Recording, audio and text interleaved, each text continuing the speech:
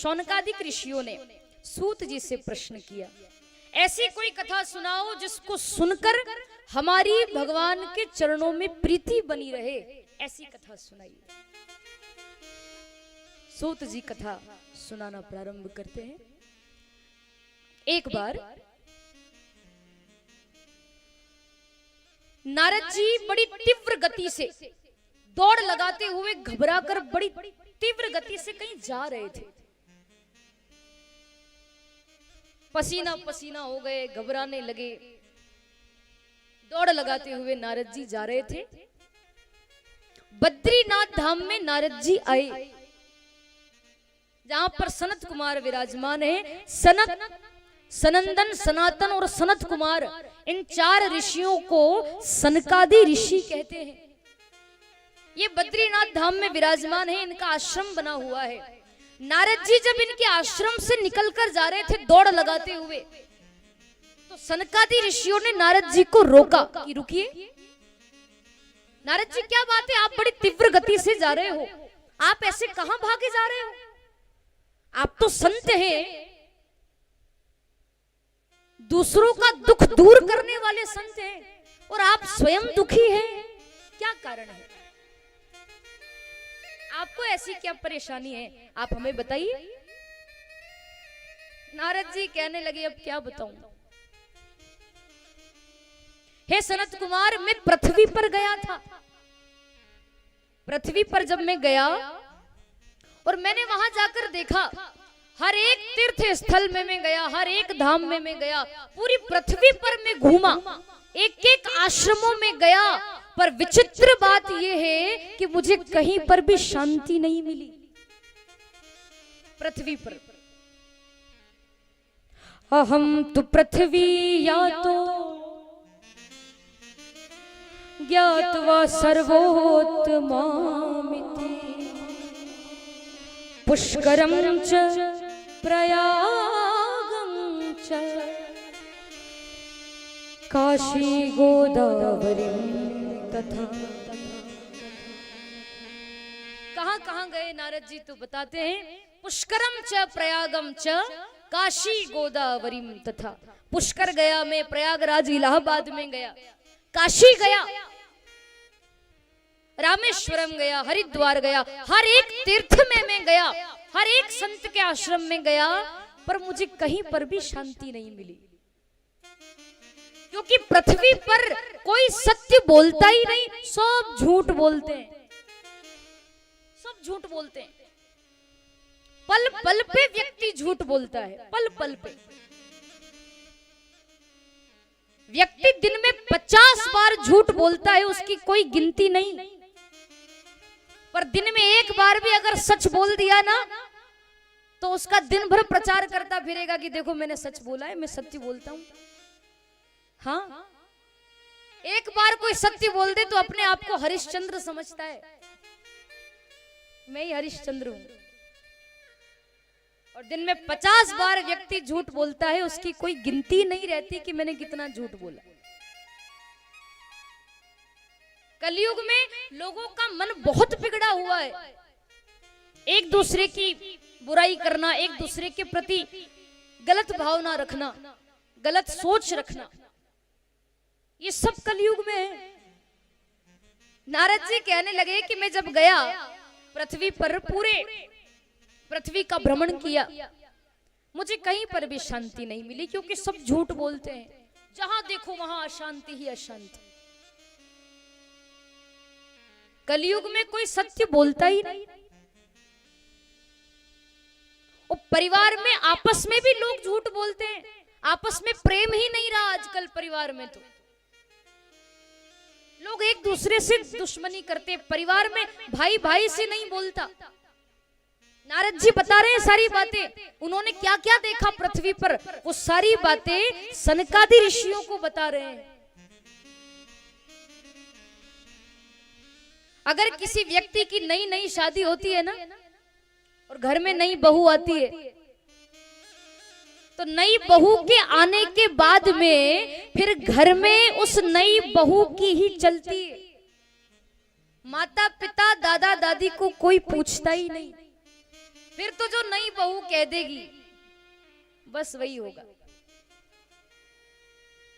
सनकादि ऋषि कहने लगे इसमें कौन सी बुरी बात है, चलाओ ना अपनी घर में, खूब चलाओ, अपनी घर में चलाइए।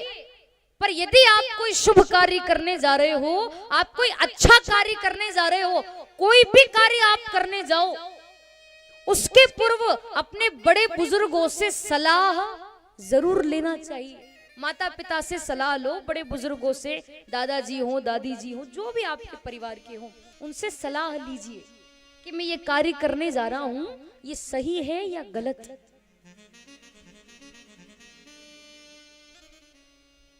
नारद जी ने कहा कि सनकादि ऋषि आप सही कह रहे हैं कि अपनी चलाओ घर में, पर सलाह माता पिता से लो, उनसे पूछ करके काम करो। पर आजकल के युग में, कलयुग में, माता पिता दादा दादी से कोई सलाह नहीं लेता।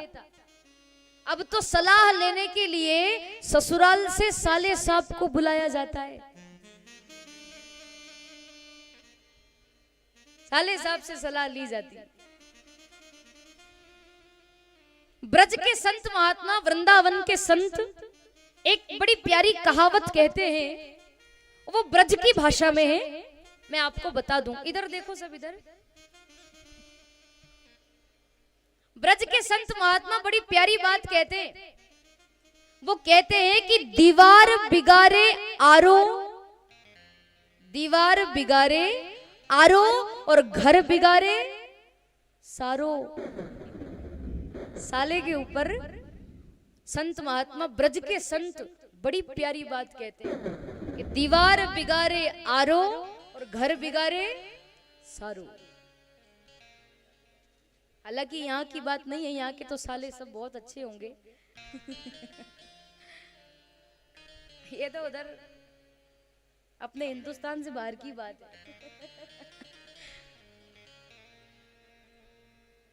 देखो, इसका अर्थ ये है कि नया नया मकान आप बनाते हो, नया नया घर बनाते हो, उस नए घर में यदि आपने ज्यादा खिड़की, ज्यादा अलमारियां निकाल दी ना, जगह जगह खिड़की बना दी, जगह जगह अलमारी बना दी, तो वो मकान कमजोर रहता है। ज्यादा खिड़की, ज्यादा अलमारी निकालने से मकान कमजोर रहता है। ऐसे ही यदि आपके घर में साले साहब का ज्यादा आना जाना है, तो फिर तो भगवान ही मालिक है। मैं तो कुछ नहीं कह सकती। इसीलिए नारद जी ने कहा, पृथ्वी पर कोई सत्य बोलता नहीं, सब झूठ बोलते हैं। सब दूर गया मैं, पर मुझे शांति नहीं मिली। लेकिन सनकादि ऋषि, जब मैं श्रीधाम वृंदावन में गया ना, तब मैंने वहां एक विचित्र दृश्य देखा। एक महिला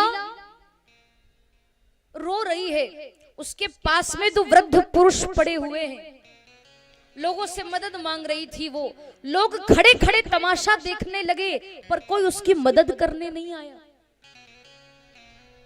मैं वहां से निकलकर जा रहा था, उस माताजी ने, उस स्त्री ने मुझे देखा, मुझे अपने पास बुलाया। और मैं आपको बताऊं, वो स्त्री, वो महिला और कोई नहीं, साक्षात भक्ति देवी थी, जो अपने बच्चों को लेकर वहां बैठी हुई थी, ज्ञान वैराग्य को लेकर।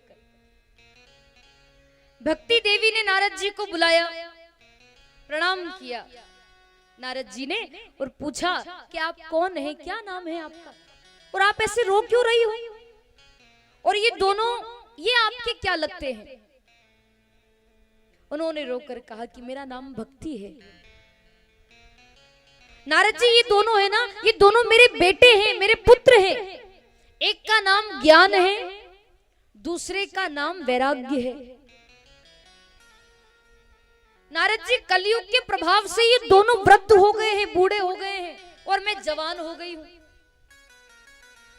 अब एक बात आप मुझे बताओ, किसी माँ के सामने, किसी माँ के सामने उसके बच्चे बूढ़े हो जाए और माँ जवान हो जाए, तो क्या अच्छा लगेगा?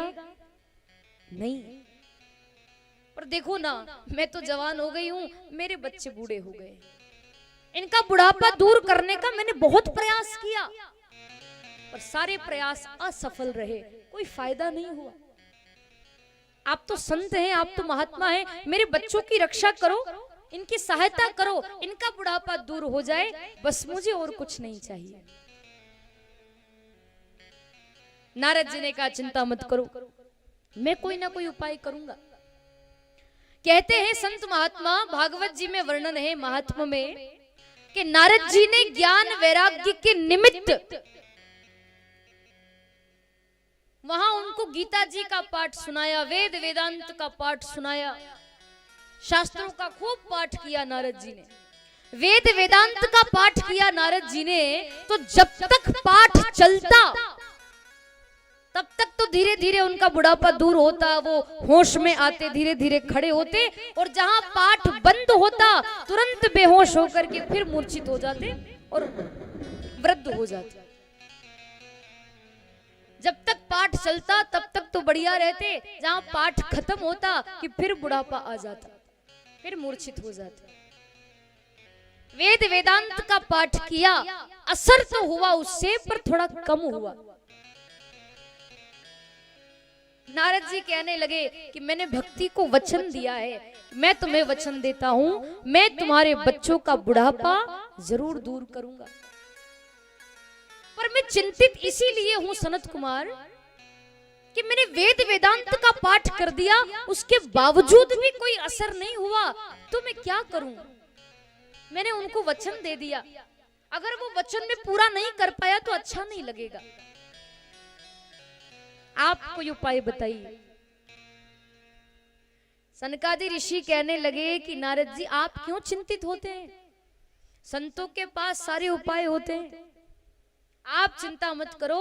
आपने वेद वेदांत का पाठ किया, कोई बात नहीं, परंतु आप अब हमारे कहने से ज्ञान वैराग्य के निमित्त श्रीमद् भागवत कथा कराइए, उनका बुढ़ापा, उनकी मूर्छा दोनों दूर हो जाएंगे।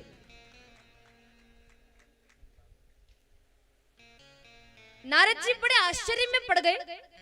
नारद जी कहने लगे कि कैसी बात करते हो आप, मैंने वेद वेदांत का पाठ कर दिया, जब उससे कोई असर नहीं हुआ तो भागवत जी से क्या होगा? तब सनकादि ऋषियों ने कहा कि नारद जी, ये जो 4 वेद है ना, ये चारों वेद एक वृक्ष की तरह है। 4 वेद क्या है?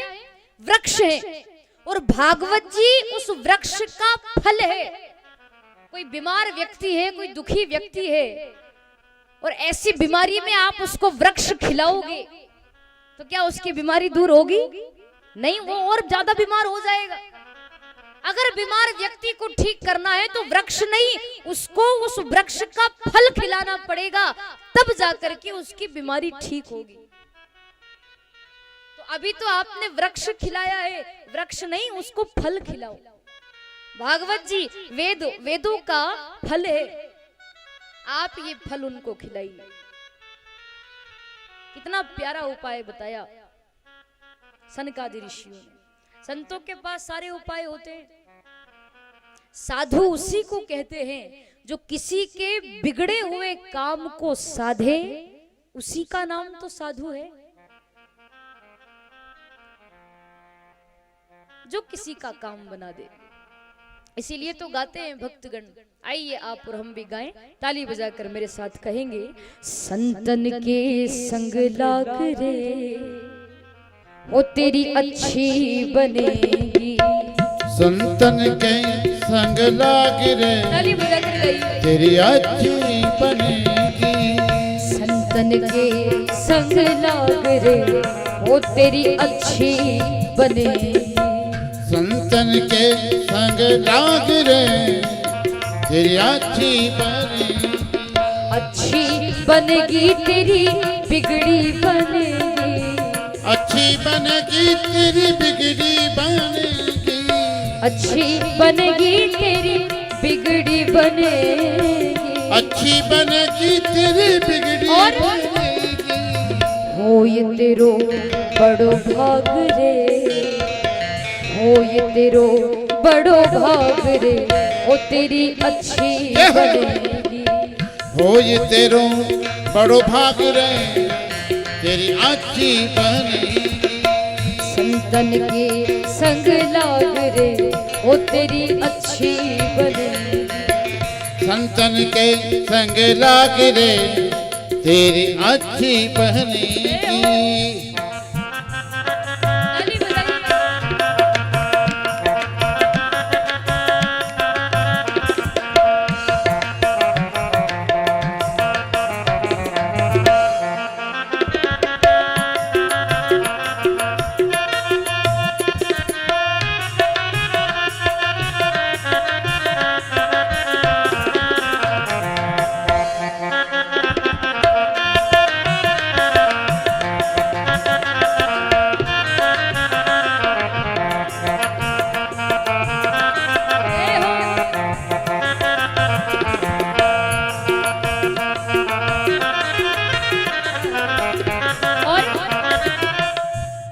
संतों के सानिध्य में रहने से किस किस की बिगड़ी बनी है? तो कहते हैं आगे, ध्रुव की बन गई प्रहलाद की बन गई। ध्रुव की बन गई प्रहलाद की बन गई। ध्रुव की बन गई प्रहलाद की बन गई। अरे ध्रुव की बन गई प्रहलाद की बन गई। तेरी भी जय हो, तेरी भी जय हो। तेरी भी बन जाए आज रे, तेरी भी बन जाए आज रे ओ तेरी अच्छी बनेगी। तेरी भी बन जाए आज रे ओ तेरी अच्छी बनेगी। संतन के संग लाग रे श्री हरि। ओ तेरी अच्छी बनेगी। संतन के संग लाग रे तेरी अच्छी बनेगी।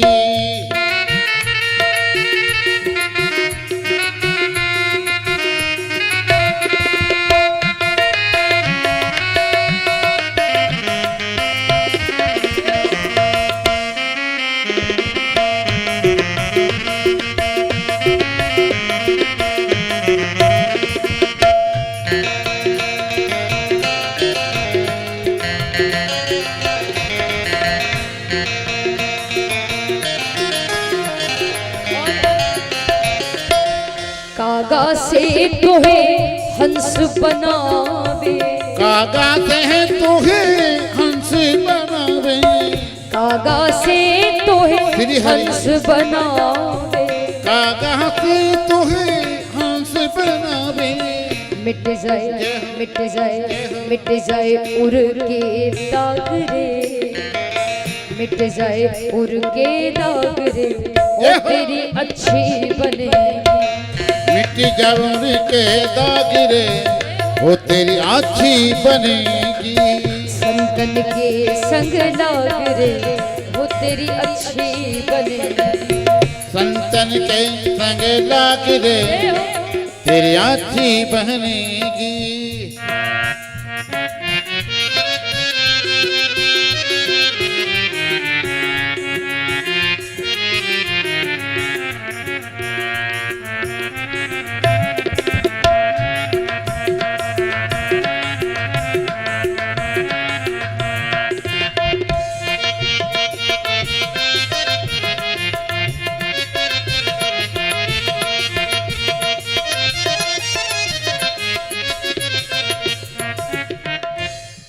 कहते हैं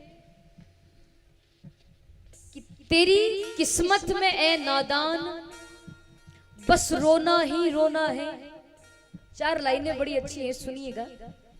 तेरी किस्मत में ए नादान बस रोना ही रोना है, रहेगा दूर प्रभु की चौखट से तो खोना ही खोना है। ये दुनिया तुझे क्या देगी पगले, चल सदगुरु की शरण में। ये दुनिया तुझे क्या देगी पगले, चल सदगुरु की शरण में। क्योंकि यहाँ तो पीतल ही पीतल है, वहां तो सोना ही सोना है। श्री हरि जय हो। और जिसको स्वर्ण मिल रहा हो वो पीतल को लेकर क्या करेगा।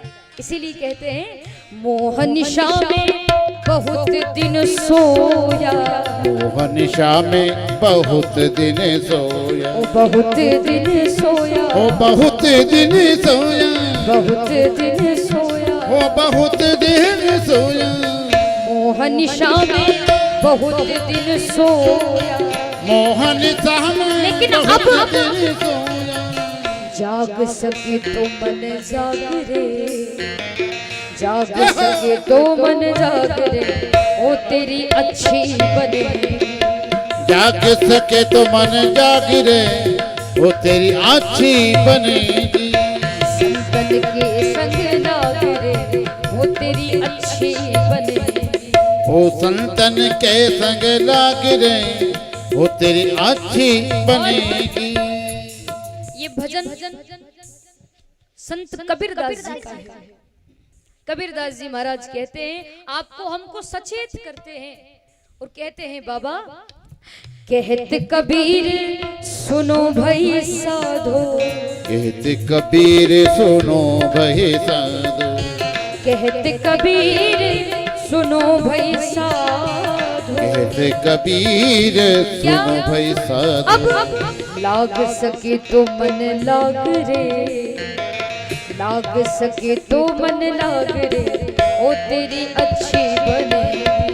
लाग सके तो मन लाग रे, तेरी अच्छी बनेगी। संतन के संग लाग रे, तेरी अच्छी बनेगी। संतन के संग लाग रे, तेरी अच्छी बने, ओ तेरी अच्छी बने, तेरी अच्छी बने, तेरी बिगड़ी बने, तेरी बिगड़ी बने, तेरी अच्छी बने, वो तेरी अच्छी बने, तेरी बिगड़ी बने, वो तेरी बिगड़ी बनेगी। बोली सदगुरुदेव भगवान की जय, संत भगवान की। जय। सनकादि ऋषियों ने कहा कि नारद जी आप ज्ञान वैराग्य के निमित्त भागवत कथा करवाइए।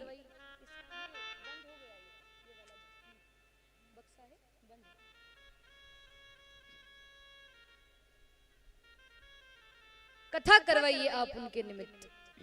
नारद जी ने कहा कि चलो ठीक है कथा करवा लेते हैं, पर कथा के लिए कोई अच्छा स्थान होना चाहिए। बढ़िया कोई अच्छा स्थान तो बताओ, या फिर आप वृंदावन ही चलिए वहीं कथा सुना देंगे। सनकादि ऋषियों ने कहा वृंदावन तो नहीं, आप एक काम करो ना, हम भी थोड़ा आगे बढ़ जाते हैं, भक्ति देवी को भी थोड़ा इधर ले आओ, बीच में कथा कर लेते हैं। बीच में कहा हरिद्वार में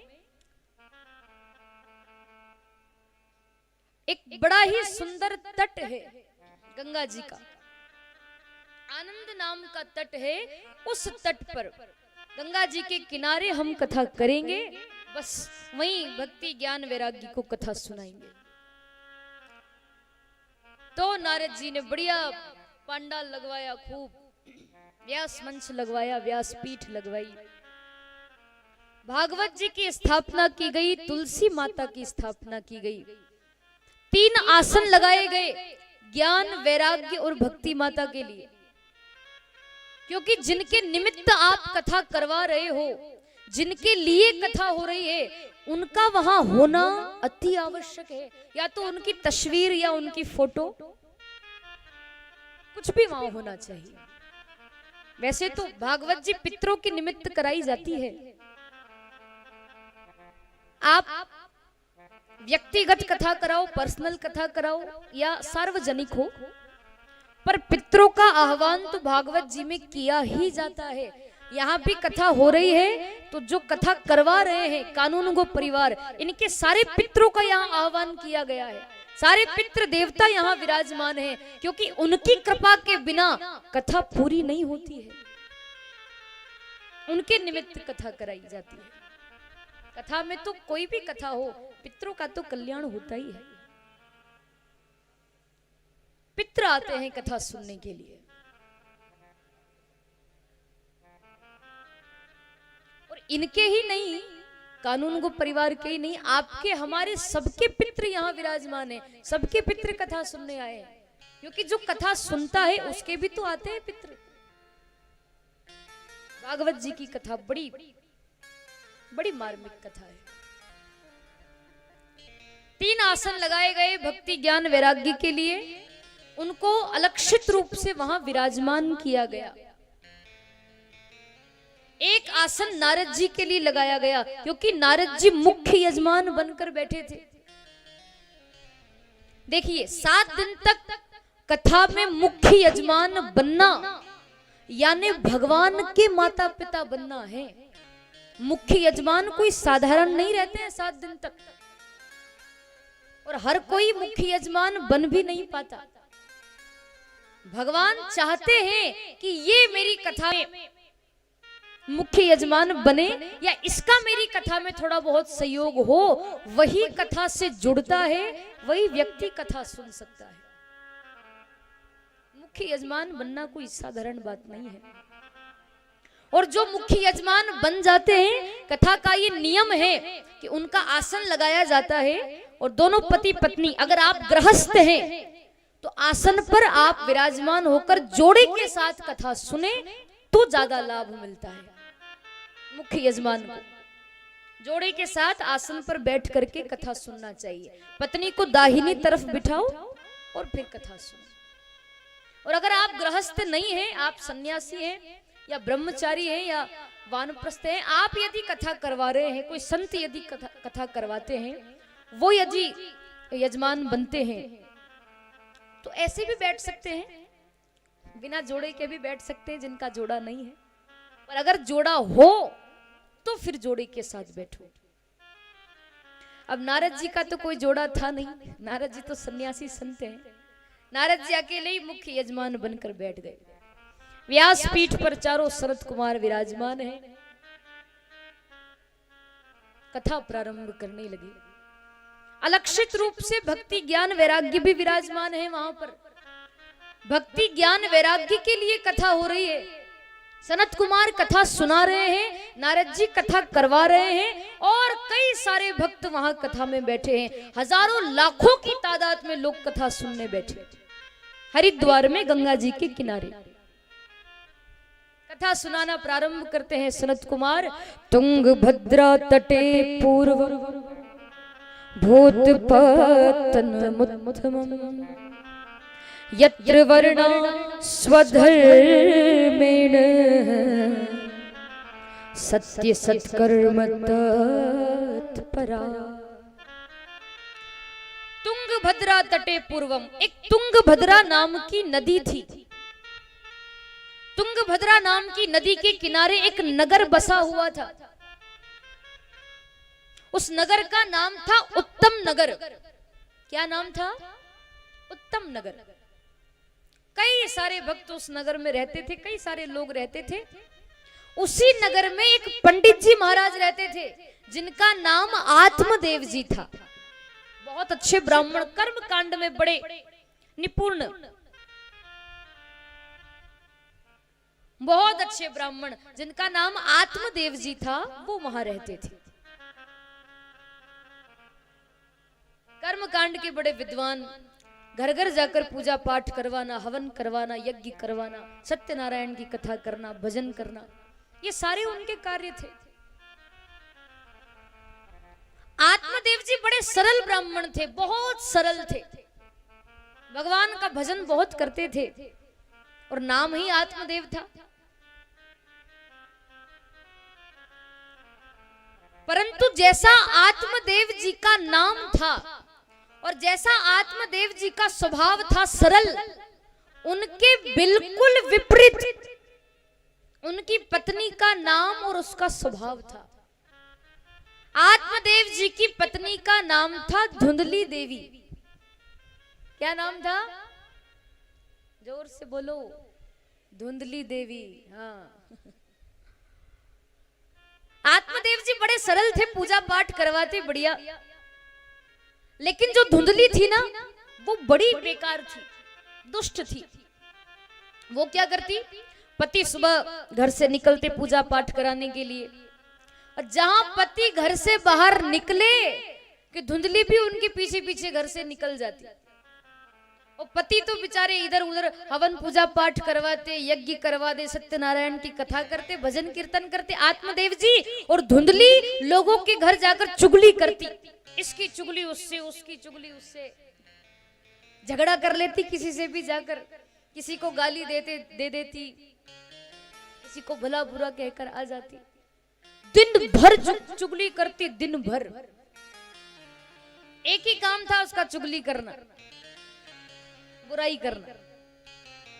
पर उस धुंधली में एक विचित्र बात, एक खासियत थी, हालांकि वो तो हर स्त्री में होती है, पर धुंधली में भी थी। क्या खासियत थी? दिन भर तो चुगली करती, दिन भर तो इसकी चुगली उससे, उसकी चुगली उससे, किसी को गाली देना, किसी को मारकर आ जाना, किसी से लड़ाई झगड़ा करना, दिन भर ये काम था। पर उसको पता था कि अब शाम को 6 बजे मेरे पति घर आने वाले, तो पति के आने के 1 घंटे पहले ही घर में आ जाती, बढ़िया तैयार हो जाती, और पति आते 6 बजे तो दरवाजे पर खड़ी हो जाती, और इतना सीधी बनती, इतनी सीधी बनती, मानो इसके जैसी सीधी दूसरे संसार में कोई है ही नहीं। इतनी सीधी बनती थी वो धुंधली, मानो सती अनुसुईया के बाद इसी का नंबर है।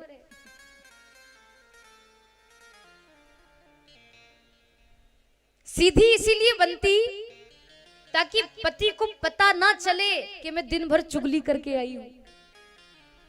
पति तो वो तो पूजा पाठ करते, हवन आदि करते, दिन भर चुगली करते।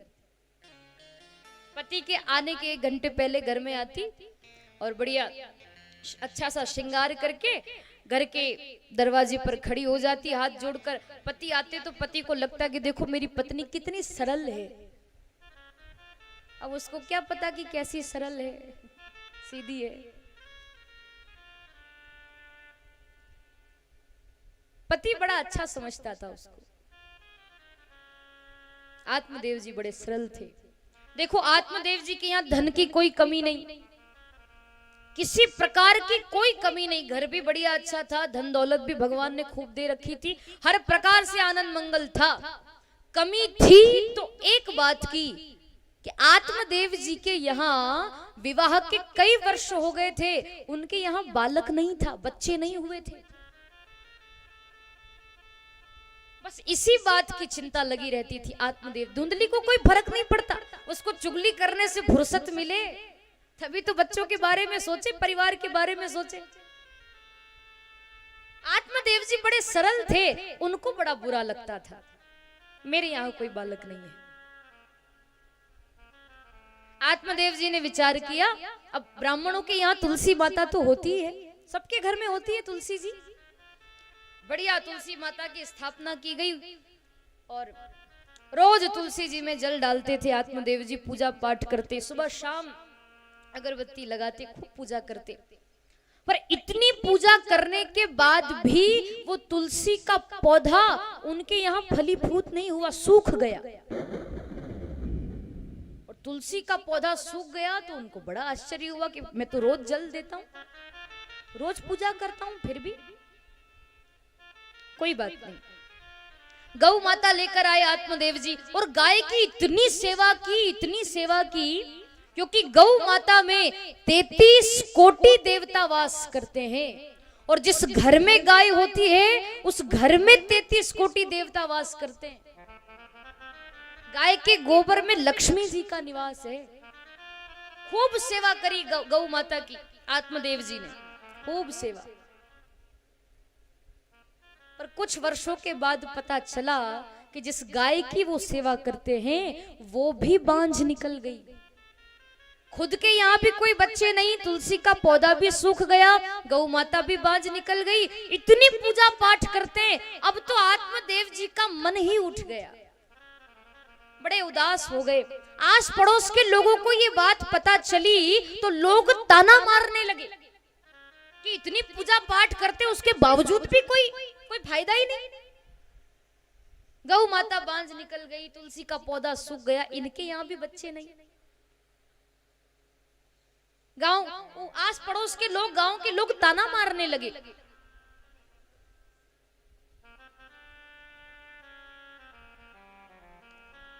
पूजा पाठ बंद हो गई आत्मदेव जी की, क्योंकि लोग अब बुलाते ही नहीं उनको घर पे।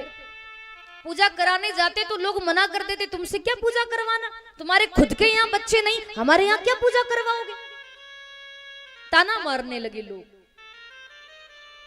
परेशान हो गए आत्मदेव जी। धुंधली को कोई फर्क नहीं पड़ता था, क्योंकि वो तो नास्तिक थी ना, उसको कोई फर्क नहीं पड़ता। पर आत्मदेव जी को बड़ा बुरा लगा। घर से बाहर चले गए जंगल में, एक नदी के किनारे मरने का फैसला कर लिया। परंतु भगवान से एक ही बात कहने लगे, पहले प्रार्थना करने लगे।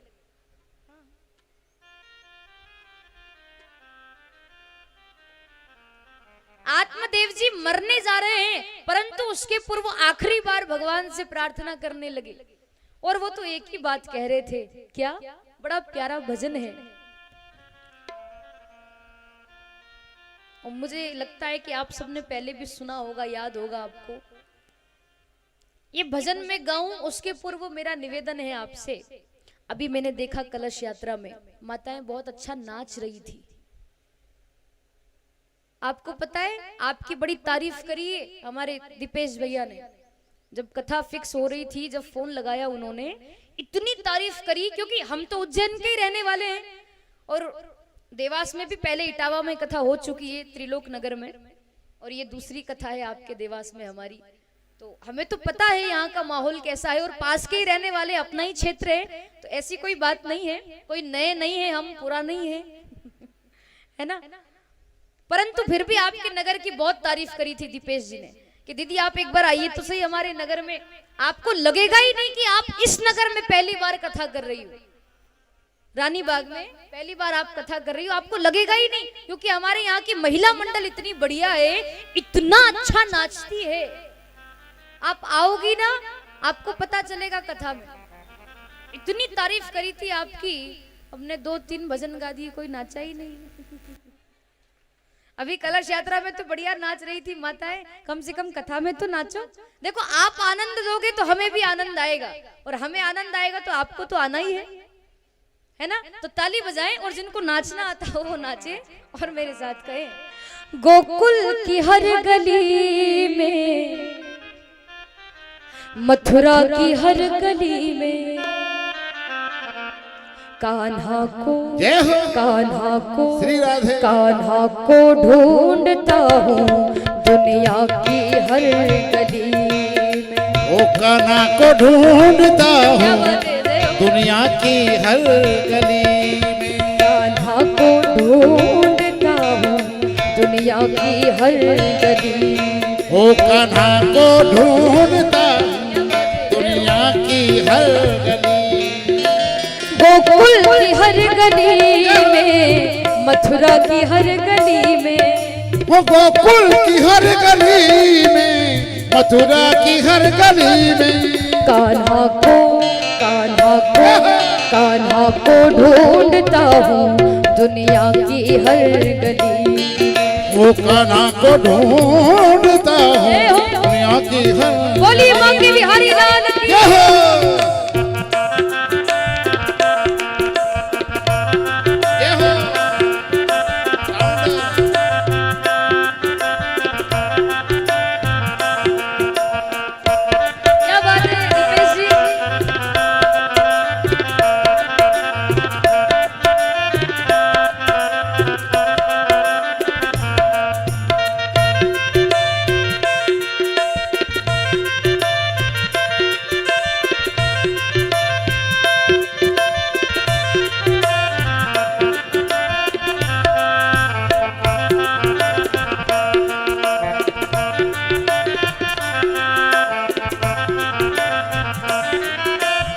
गोकुल गया तो सोचा माखन चुराता होगा। ओ गोकुल गया तो सोचा माखन चुराता होगा, या फिर कदम के नीचे बंसी बजाता होगा। या फिर कदम के नीचे बंसी बजाता हो। गोकुल गया तो सोचा माखन चुराता होगा। गोकुल गया तो सोचा माखन चुराता होगा। या फिर कदम के नीचे बंसी बजाता हो, या फिर कदम के नीचे बंसी बजाता हो। वो गुजरी की हर गली में, ग्वालन की हर गली में, वो गुजरी की हर गली में, ग्वालन की हर गली में। कान्हा को, कान्हा को, कान्हा को ढूंढता हूँ दुनिया की हर गली। ओ कान्हा को ढूंढता हूँ दुनिया की हर गली में।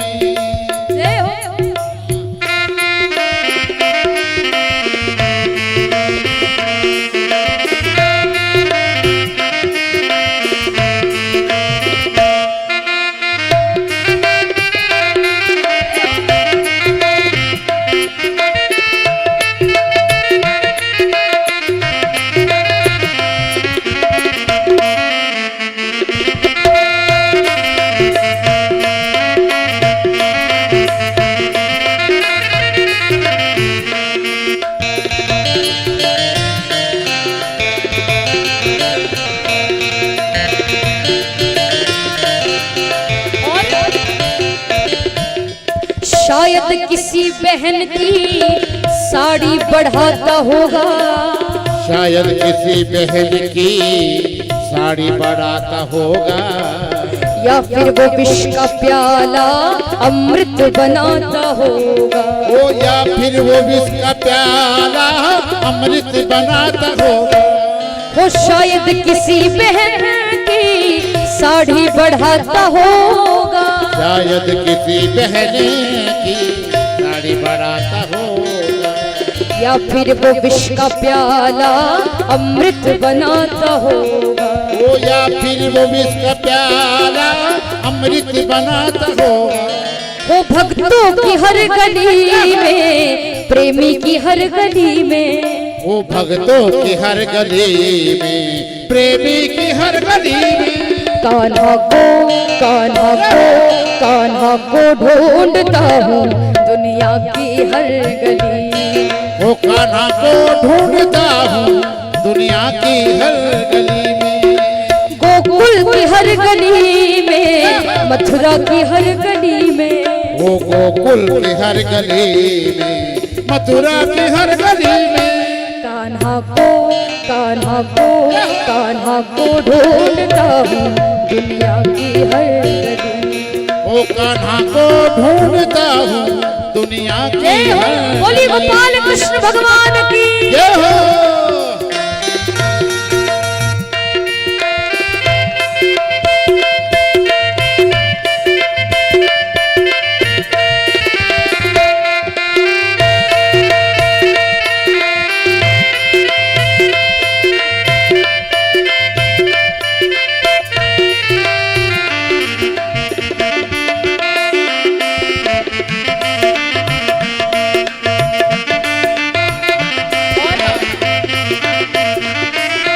भटका गली गली में, ढूंढा गली गली में, वो भटका गली गली में, ढूंढा गली गली में। मुझको मिला कन्हैया दिल वालों की गली में। ओ हमको मिला कन्हैया दिल वालों की गली में। अरे भटका गली गली में, ढूंढा गली गली में, वो भटका गली गली में, ढूंढा गली गली में। मुझको मिला कन्हैया दिल वालों की गली में। वो मुझको मिला कन्हैया दिल वालों की गली में।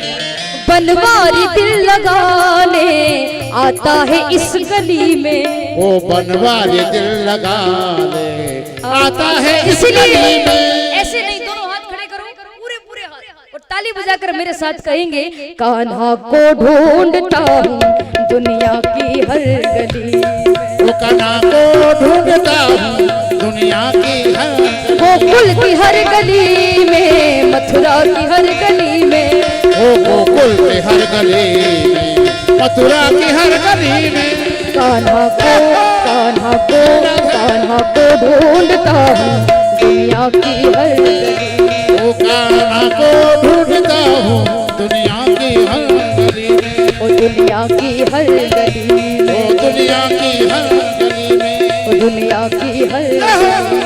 दुनिया की हर गली में जय बोली गोपाल कृष्ण भगवान की जय, भागवत महापुराण की जय, चामुंडा माता की जय।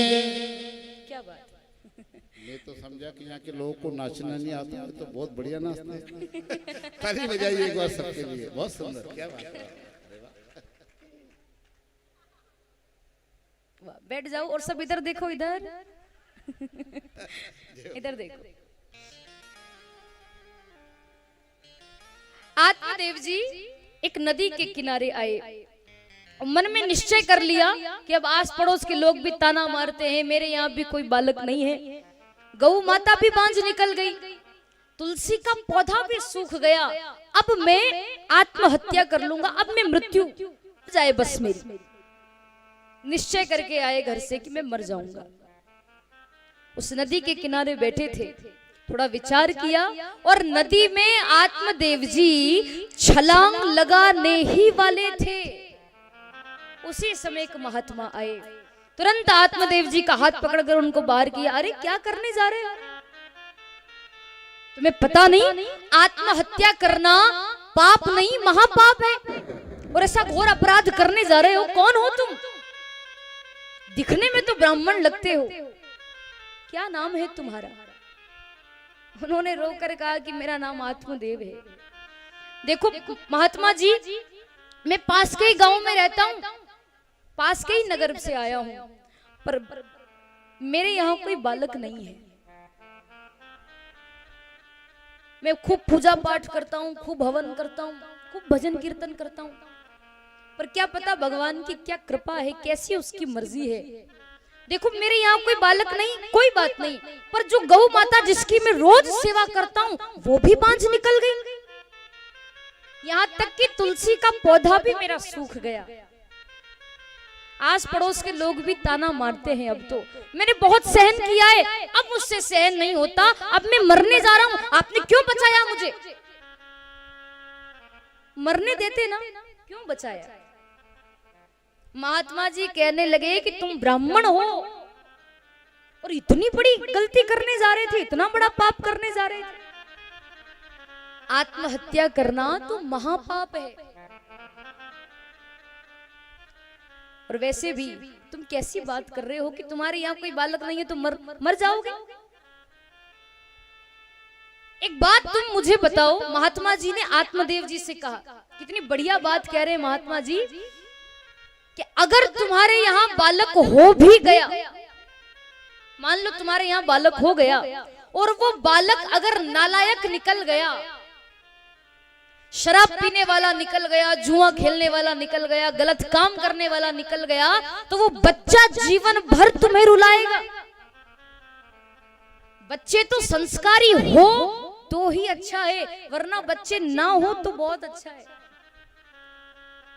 संस्कारी होने चाहिए, भले एक बालक हो पर संस्कारी हो,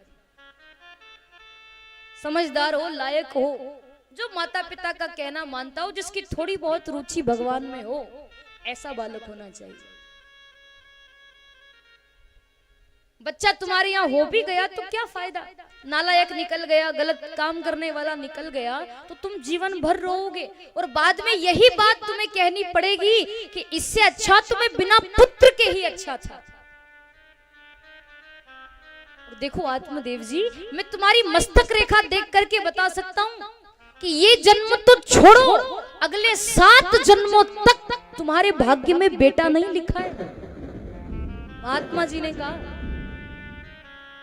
आत्मदेव जी चरणों में गिर पड़े, महात्मा जी कृपा करो ना, मेरे यहाँ बालक हो जाए। और देखो आपने मुझे बचाया, मैं तो सोच रहा था कि आपने मुझे बचाया है तो आप कृपा करोगे, आशीर्वाद दोगे, मेरे यहाँ बालक हो जाएगा, पर आप तो यहाँ ज्ञान झाड़ रहे हो। मुझे बेटा चाहिए, बेटा, बेटे का ज्ञान लेने नहीं आया हूं आपसे, आशीर्वाद दे दो। महात्मा जी ने कहा, मैंने कहा ना तुम्हारी मस्तक रेखा में, तुम्हारे भाग्य में बेटा नहीं लिखा है, तुम्हारे यहाँ बच्चे नहीं होंगे। आत्मदेव जी ने कहा, देखो महात्मा जी, एक तो आपने मुझे मरने से बचाया, अच्छा भला मरने जा रहा था, क्यों बचाया आपने मुझे? और जब बचाया ही है तो कोई भी उपाय करो, पर मेरे यहाँ बालक होना चाहिए। अगर आपने आशीर्वाद नहीं दिया तो मैं फिर से छलांग लगाकर मर जाऊंगा। आशीर्वाद दो। आप तो संत हैं, आप चाहें तो मेरी मस्तक रेखा बदल सकते हैं। संत में तो इतनी सामर्थ्य होती है, कृपा करो आप।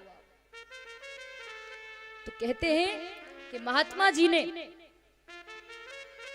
आत्मदेव जी को एक फल निकाल करके दिया, झोली में से एक फल निकाला, आत्मदेव जी को दिया और महात्मा ने कहा कि वैसे तो तुम्हारे भाग्य में बालक नहीं लिखा है, पर ये फल ले जाओ, ये फल तुम्हारी पत्नी को खिला देना।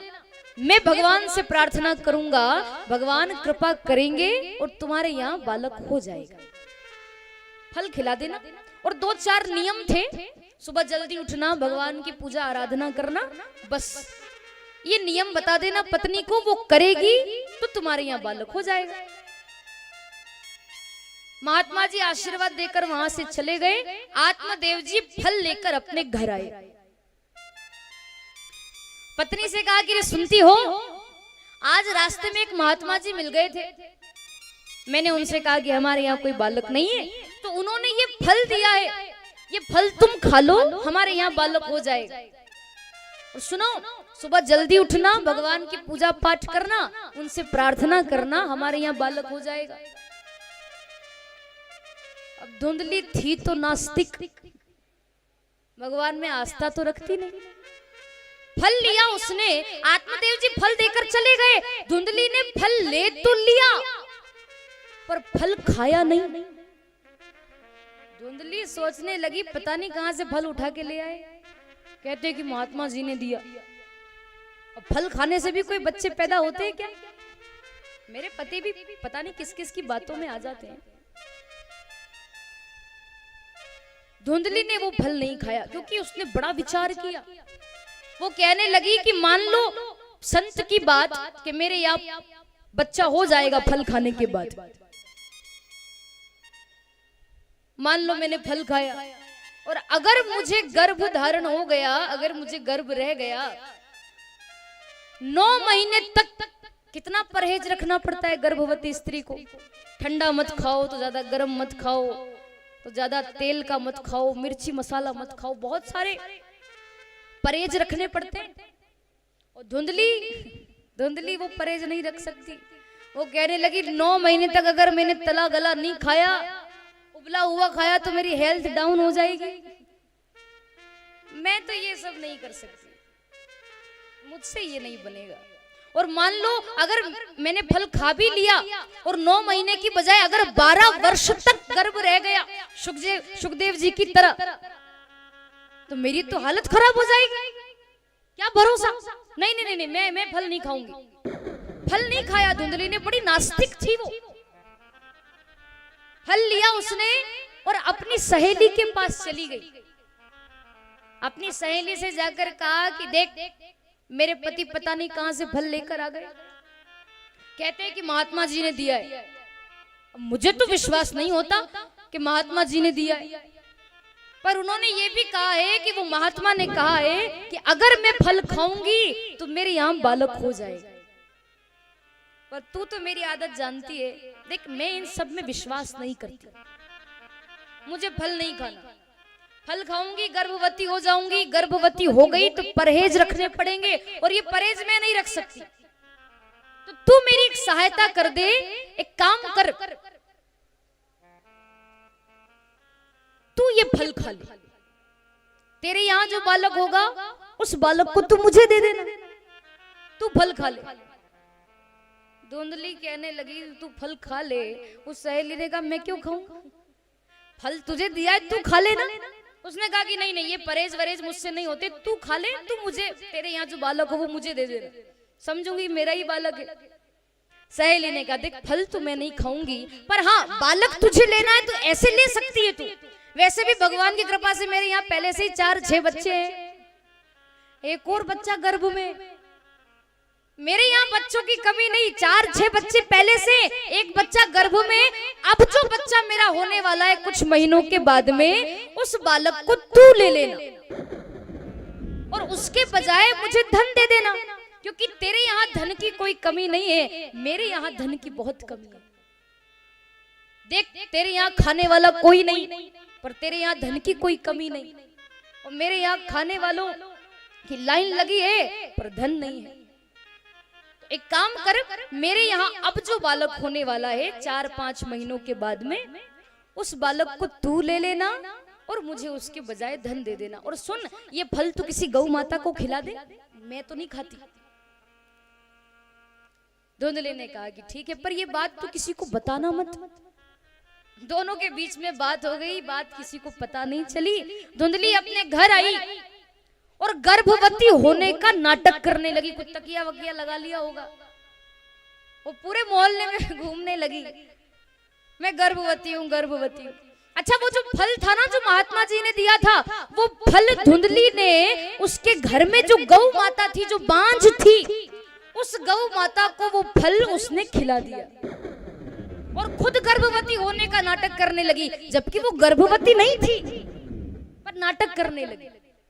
मोहल्ले में घूमती फिरती लोगों से कहती, देखो मैं गर्भवती हूँ, देखो मैं गर्भवती हूँ, दिखावा करती थी। देखो, महात्मा जी ने जो फल दिया था, वो फल धुंधली ने गौ माता को खिलाया। कई वर्षों से गौ माता बांझ थी, पर महात्मा के उस फल का परिणाम देखो, 3 महीने के बाद उसी गौ माता ने, जो बांझ थी, फल खाने के बाद उसी गौ माता ने ठीक 3 महीने बाद एक सुंदर से बछड़े को जन्म दिया। और आत्मदेव जी ने यह सुना कि गौ माता ने बालक को जन्म दिया, बहुत प्रसन्न हुए वो। आत्मदेव जी को लगा कि मेरी पत्नी ने फल खाया है और वो भी गर्भवती है, और देखो उसके प्रभाव से गौ माता भी गर्भवती हो गई और उन्होंने भी बालक को जन्म दे दिया, जबकि फल गौ माता ने खाया था। आत्मदेव जी ने उस बालक का नाम, उस गाय के बछड़े का नाम गोकर्ण रखा। और गोकर्ण नाम इसीलिए रखा क्योंकि उस गाय के बछड़े का पूरा शरीर इंसान जैसा था, केवल उसके कान ही गाय की तरह लंबे थे, इसीलिए उस बालक का नाम गोकर्ण रखा गया कि जिसके कान गाय की तरह लंबे हो उसका नाम गोकर्ण है। बड़े सुशील, बड़े समझदार थे गोकर्ण जी, गाय के बेटे थे। इधर 4-5 महीनों के बाद उस सहेली के यहाँ बालक हुआ। धुंधली को पता चला कि उसने बालक को जन्म दे दिया है। रातों रात गई और उसके बालक को लेकर अपने घर आई। उस सहेली को बहुत सारा धन दे दिया। ये बात किसी को पता नहीं चली। रात में ही धुंधली उस बालक को अपने घर लेकर आई। सुबह हुई, जोर जोर से चिल्लाने लगी, मेरे यहाँ बालक हुआ है, मेरे यहाँ बालक हुआ है, मेरे यहाँ बालक हुआ है। पूरे नगर में बात फैल गई। आत्मदेव जी की खुशी का ठिकाना नहीं रहा, क्योंकि कई वर्षों बाद बालक हुआ था ना। इतने प्रसन्न हुए, पूरे नगर में मिठाई बंटवा दी, मेरे यहाँ बालक हुआ है, मेरे यहाँ बालक हुआ है। प्रसन्न हो गए आत्मदेव जी। अब बच्चा थोड़ा बड़ा हुआ। देखो, बच्चा जब 6 महीने का या 1 साल का हो जाता है ना, तो 6 महीने 1 साल के अंदर अंदर उस बच्चे का नामकरण कर देना चाहिए, ऐसा शास्त्र कहता है। 6 महीने 1 साल के अंदर अंदर बच्चे का नामकरण कर देना चाहिए। 6-7 महीने का हुआ वो बच्चा, तो आत्मदेव जी ने सोचा कि मेरे यहाँ बालक हुआ है, इसका नामकरण करूंगा। बढ़िया, धुंधली को बिठाया, गोद में बालक लेटा हुआ है। आत्मदेव जी, वो तो स्वयं ब्राह्मण थे, उन्होंने कहा कि मैं ही नामकरण कर देता हूं बच्चे का। नामकरण करने लगे। अब आत्मदेव जी के मन में ये विचार था कि कई वर्षों बाद मेरे यहाँ बालक हुआ है और मेरा बच्चा है, तो मैं मेरे बच्चे का नाम मेरे नाम से मिलता जुलता कुछ नाम रखूंगा। जैसे मेरा नाम आत्मदेव है, तो तो मेरे बच्चे का नाम होगा ज्ञान देव, कपिल देव, ब्रह्मदेव। ऐसा कोई नाम रखूंगा कि आगे जाकर के ये बच्चा मेरा नाम रोशन करे, ऐसा कोई नाम। कहते हैं कि यथा नाम तथा गुण, जिसका जैसा नाम होता है उस नाम के आधार पर उसके अंदर वैसे ही गुण आ जाते हैं। नाम के आधार पर गुण आते हैं। आत्मदेव जी सोच रहे थे बढ़िया अच्छा नाम रखूंगा, ज्ञान देव, कपिल देव, ब्रह्मदेव, मेरे नाम से मिलता जुलता नाम। और नाम रखने ही वाले थे, विचार कर ही रहे थे। धुंधली ने कहा बेटा मेरा है, जन्म मैंने दिया, नाम तो मैं रखूंगी। आत्मदेव जी कहने लगे देखो देवी, नाम तुम रखो या मैं, बात तो एक ही है ना, बच्चा तो हमारा ही है।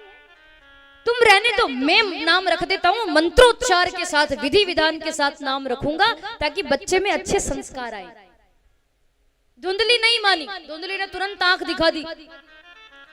धुंधली कहने लगी कि बच्चा पैदा मैंने किया, 9 महीने तकलीफ मैंने देखी, और नाम तुम रखोगे? ऐसा नहीं हो सकता, नाम तो मैं रखूंगी। और देखो मेरा बेटा है तो मैं मेरे बच्चे का नाम मेरे नाम से मिलता जुलता कुछ नाम रखूंगी। आत्मदेव जी ने भी यही सोचा था और धुंधली ने भी यही सोच लिया। मेरा बेटा है, 9 महीने मैंने पेट में रखा है, नाम तो मैं ही रखूंगी और मेरे नाम से मिलता जुलता नाम रखूंगी। जब नहीं मानी तब फिर आत्मदेव जी ने कहा कि अब तुम ही नाम रख दो। सरल थे वो, पत्नी बड़ी चालाक थी। चलो तुम ही नाम रख दो, अब नहीं मान रही हो तो। धुंधली ने विचार किया और धुंधली कहने लगी कि मेरा नाम धुंधली है तो मेरे बेटे का नाम होगा धुंधकारी। क्या नाम रखा? धुंधकारी। धुंधकारी नाम रख दिया उस बेटे का। इसीलिए कहते हैं गोकर्ण पंडितो ज्ञानी धुंधकारी महाखल। गाय के बेटे जो गोकर्ण जी थे वो तो बड़े समझदार, एक तरह से संत ही थे वो गोकर्ण जी। और धुंधकारी जो था ना वो राक्षस प्रवृत्ति का था। जैसे जैसे वो बच्चा बड़ा होने लगा वैसे वैसे गलत काम करने लगा। पहले पहले तो उसने चोरी करना शुरू करी, डाका डालने लगा, चोरी करने लगा, धीरे धीरे शराब पीने लगा, जुआ खेलने लगा, मांस खाने लगा, गलत काम करने लगा। जैसे जैसे बच्चा बड़ा होने लगा वैसे वैसे वो बिगड़ता गया, क्योंकि नाम क्या था उसका? धुंधकारी। बच्चों का नाम ऐसा रखो कि जिसका कोई अर्थ निकले, सही अर्थ हो, ऐसे नाम रखो। आपको पता है पहले के जमाने में पहले के लोग बड़े समझदार हुआ करते थे। बच्चों के नाम भगवान के नाम पर रखते थे। रामचंद्र, श्यामलाल, रामलाल, घनश्याम, मोहन और मोहनलाल, सोहनलाल, ऐसे ऐसे नाम होते थे पहले। नारायण, है ना, बालकृष्ण, ऐसे ऐसे नाम होते थे। भगवान के नाम पर पहले के जमाने के लोग बच्चों के नाम रखते थे, क्योंकि उनको पता था कि जब हमारा अंतिम समय आएगा तो भगवान का नाम मुख से नहीं निकलेगा। जीवन भर पाप ही इतना करता है व्यक्ति कि अंतिम समय में उसका कंठ अवरुद्ध हो जाता है। कितनी कोशिश करो भगवान का नाम मुख से नहीं निकलता। तो पहले के लोग बच्चों का नाम भगवान के नाम पर इसीलिए रखते थे कि अंतिम समय में मुख से भगवान का नाम नहीं निकले कोई बात नहीं, कम से कम बच्चों के नाम से तो उसको बुलाओ। हे रामचंद्र, हे श्यामलाल, हे घनश्याम, हे नारायण, कम से कम बच्चों के नाम से तो उसको बुलाओ। बच्चे आए ना आए पर परमात्मा जरूर आता है। ऐसे नाम रखो बच्चों के कि जिसका कोई अर्थ निकले। आजकल के नाम पढ़े लिखे लोग चिंटू, पिंकू, पप्पू, पप्पी, ऐसे ऐसे नाम होते हैं बच्चों के जिसका कोई अर्थ ही नहीं। अब पप्पू पप्पी का क्या अर्थ? ऐसे ऐसे नाम। आपको पता है विदेशों में, विदेश के लोग अपने कुत्तों के नाम रखते हैं ऐसे, चिंटू, पिंकू, पप्पू, पप्पी, शेरू, ऐसे जो भी नाम होते हैं विदेशों में अपने कुत्तों के नाम रखते हैं विदेश के लोग, और आप अपने बच्चों के रखते हो। अंतिम समय में अगर आप ये नाम बुलाओगे ना, हे चिंटू, हे पिंकू, हे पप्पू, हे पप्पी, तो मुझे ऐसा लगता है कि भगवान तो नहीं आएंगे, आपके बच्चे भी नहीं आएंगे, पर आस पड़ोस के मोहल्ले के कुत्ते जरूर आ जाएंगे। नाम रखो तो ऐसे रखो कि कोई अर्थ तो हो, रखो नाम, कोई बुराई नहीं, नए नए नाम रखिए, ऐसे ऐसे नाम रखो जो आज तक किसी का ना हो, पर नाम ऐसे रखो जिसका कोई अच्छा अर्थ निकले। नाम लो तो लगे कि नहीं इसका नाम बड़ा अच्छा है।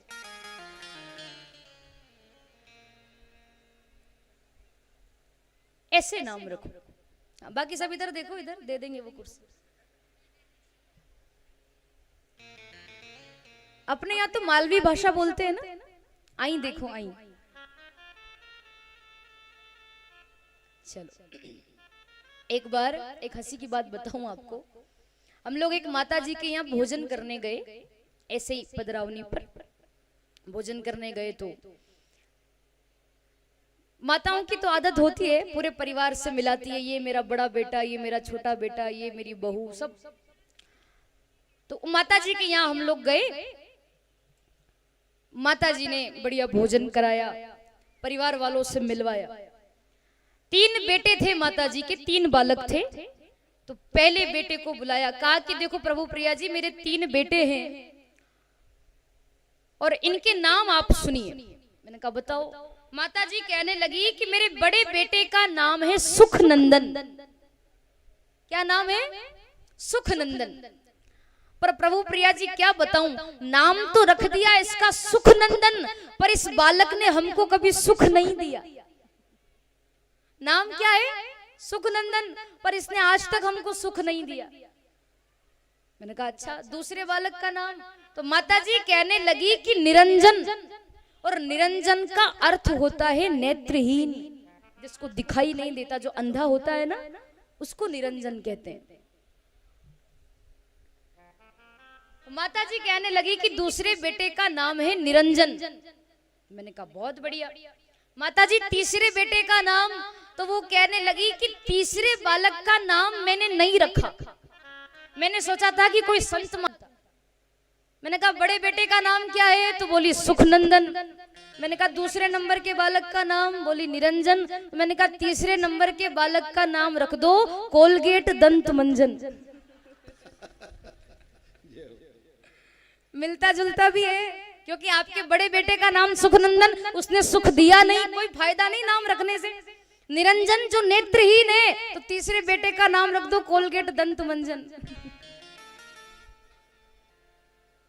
नाम ऐसे रखो बच्चों के कि जिसका कोई अर्थ हो, सही अर्थ हो। नाम रख दिया धुन